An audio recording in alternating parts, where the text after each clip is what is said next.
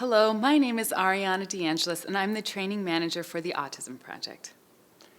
And I am DJ Chase. I'm a student here at NECO, and I'm the Digital Accessibility Specialist. I'm also autistic. In this video, we will discuss how to support an autistic student on campus who may be experiencing a meltdown. Before we begin discussions of support, however, it is essential that we all understand what is meant by the term meltdown. In our society, the terms tantrum and meltdown are often used interchangeably. However, in reference to autism, they couldn't be more different. It is essential that we understand that a meltdown for an autistic person is when that individual is no longer in control. They are not controlling their actions nor their words. Meltdowns can be triggered by any number of stressors, but there are a few common causes that impact many people. One such cause is the sensory input in their environment. If students are hypersensitive to sensory input, that could lead to a meltdown.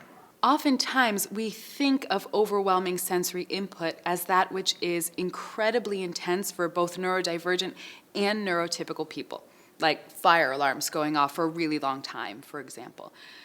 But meltdowns could be caused by input that might not be easily recognized by everyone in that environment. Only those who are hypersensitive to it will react and experience it in an uncomfortable or potentially painful way. Examples of that input include the noise of a crowded room or the smell of people heating up their lunches, overhead lighting, sunlight, the sound of lawnmowers, the smell of cleaning fluid, the feeling of textures against the skin or people bumping into you. Something that might be at most an annoyance for people without sensory challenges could cause a meltdown in those with sensory challenges. Meltdowns can also be caused by unexpected change. As a former teacher, I did my best to make my students' days as predictable as I possibly could. Predictability and routine provided a feeling of safety. An unexpected change made many of my students, not all, but many, feel unsafe. If your student is feeling anxious already, as is very common, an unexpected change occurs, this could lead to a meltdown. DJ, I can recall one of my students having a meltdown because the destination of a field trip changed at the last second. He didn't even want to go to the original destination and far preferred the new site we had in mind, but because I had made a change at the last minute, I was taking away the predictability of his world.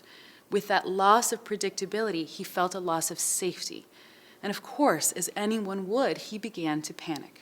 Going off of what you said, Ariana, about feeling anxious, sometimes meltdowns are caused by tasks and the anxiety that those tasks may trigger. For example, an unexpected pop quiz, a large group project, or an assignment that is abstract and unclear can, in some individuals, cause a meltdown. Or the anxiety-triggering event may have been something that happened at home, and the person is struggling to cope with it. It could be the accumulation of things that happened over the course of a day, or several days. Whatever the cause of the meltdown, there are a few things that any of you can do to support the individual through this difficult time. What is first so essential to note is that during a meltdown, no learning is happening. What do I mean by that? I can't tell you how many times I've seen a staff member leaning over a student melting down and saying, "Didn't I tell you this was going to happen? I told you if you didn't put on your headphones, you would have a hard time. Now you know for next time." All of that language is only making things worse. It's not teaching a lesson, it's just giving the person more sensory input in that moment. The other thing to note is that you will want to give the person space. Most people have an instinct to move into a person's personal space when they are melting down. They already feel unsafe. They see a person crying, having a hard time, and they want to comfort them. But crowding the person, touching them, or getting too close to them gives them more sensory input and potentially trigger a flight or fight response.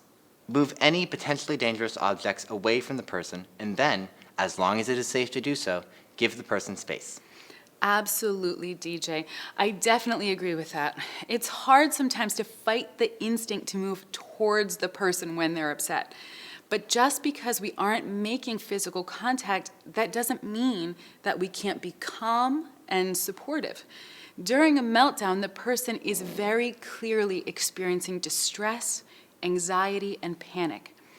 anyone having that experience, that feeling of being unsafe, that feeling of being out of control, may look to others in their environment for assurance that they are safe. If the person in our environment or the people in our world are panicking and yelling and frantic, that only serves to increase their feeling of panic. But if the people around them are calm, that helps to reinforce that they are safe. To paraphrase that line of thinking, if I was unsafe, the people around me would panic. I must be safe because they're calm. Exactly. Ariana, didn't you have a story of a time when a student's meltdown caught you off guard? I did, yes, DJ, thank you. I'm just going to tell a quick story about one of my students, actually, who I worked with for 4 years as his classroom teacher. And he, in those 4 years, had one meltdown. And it took me totally off guard. I wasn't expecting it. I didn't even know what to anticipate because I'd never seen something like that before in this particular student. We were lined up to go out into the hallway, and then I suddenly heard this really loud noise. And I turned around, and there was my student, tears streaming down his face, yelling, and he was hitting himself in the head. Now, of course, I didn't expect this at all, and I was very shocked and a bit dysregulated myself internally. But I did my best to project calm because he was looking to me to make sure that he was safe. He locked eyes with me for the entirety of the meltdown. Now, I didn't run over and grab onto him and rub his back and you're okay, you're okay, you're okay. Rather, I cleared the classroom of everyone else. I dimmed the lights. I put the shades halfway so there wasn't a ton of sun coming in, and I gestured to a chair. And he sat down. Once or twice, I looked at him and I said, "You're safe." I didn't say you're okay, and I did that very intentionally, because a lot of times we have this sort of reflex to say, "You're okay, you're okay, you're okay," but they're not okay. So we're just invalidating their experience, essentially. He was safe. So I felt comfortable saying, "You're safe." And then I put a couple little visuals out for him in case he needed it, and I just waited him out. I waited for his regulation to be restored. And of course, I was quite shaken up afterwards. I went for a little walk just to make sure that I was okay. I took care of myself afterwards once he was settled. But it's something where we kind of have to fight our instincts to get really close. We have to stay regulated ourselves. And then after, we can take care of our own regulatory needs. Exactly. And as a person with autism, I can relate to that. I mean, if I'm having a meltdown, I don't feel safe in a situation. I don't want someone coming up to me and tackling me, and it doesn't feel comforting like a hug. It feels like you're attacking me, and that's just adding on to that feeling of unsafeness. Absolutely. Unsafety. Absolutely. Thank you for sharing that, DJ. One of the things that I noticed in your story is that you didn't use a lot of language with him. You didn't try to process things with him in the moment. You kept your language to a minimum. Absolutely. Yeah, I didn't always, though. When I was new to teaching, I would be talking and reassuring. Like I was saying, I would say, "You're okay, you're okay, you're okay." And they weren't okay, and I really had to recalibrate it and stop invalidating their experiences. I soon learned that using all of this language, whatever it was making it worse.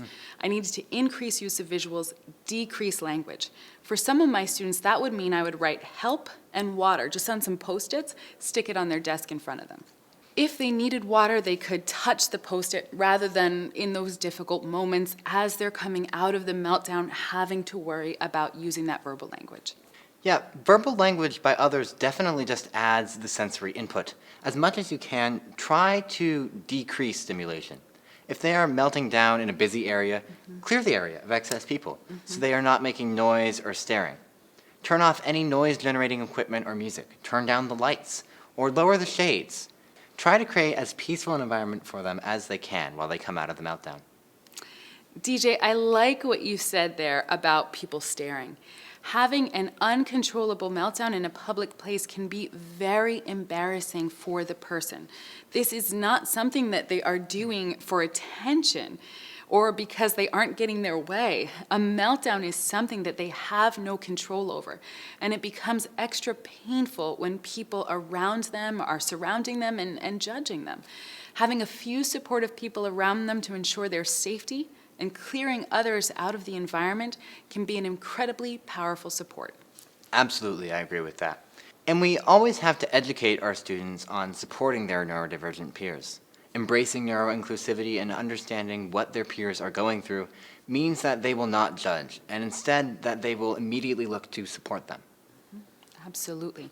When every single person in our community has a sense of belonging, we have truly achieved that neuroinclusivity and neuroharmony that we talk about.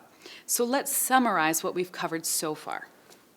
When a person is melting down, no learning is happening. Decrease your use of language and increase your use of visuals. Decrease sensory stimulation and increase personal space. And remember to remain calm and supportive. Another thing I will add here is that you may consider guiding the person to a safe space if needed. For example, if they're getting dysregulated in the lobby, show them to an empty room to de-escalate. I also want to mention in our discussion of meltdowns that shutdowns also exist. They are less recognizable and less often spoken about, but still very impactful. DJ, that's so true. Where a meltdown is more of an outward expression of distress, a shutdown is more internally focused, a more internally focused variation of a meltdown. The person may be silent with a flat affect, sitting very still, or they may say no to everything and kind of stare past you. The general protocol for a meltdown and a shutdown would be the same. If you're working with someone who has experienced meltdowns or shutdowns, and they have disclosed that experience to you, you can ask them what types of supports work best for them. That is a great point, actually. My coworker disclosed to me, and I have her permission to share this, that she has shutdowns on occasion. I asked her what I needed to know in order to support her during a shutdown. But she informed me that when she knows they're sort of coming on, she will leave and go to a safe place like her car. Some of the NECC students may do something similar. So if she's not able to leave, all I can do is give her space and time, and she will come out of it on her own. I want to thank the NECC community for taking the time to learn about supporting autistic students during meltdowns and shutdowns. The more we learn about autism, the better equipped we are to support autistic students on campus. A truly neuro-inclusive campus is achieved by taking steps like this, coming together to learn and support, and to celebrate our students of all neurotypes. Thank you.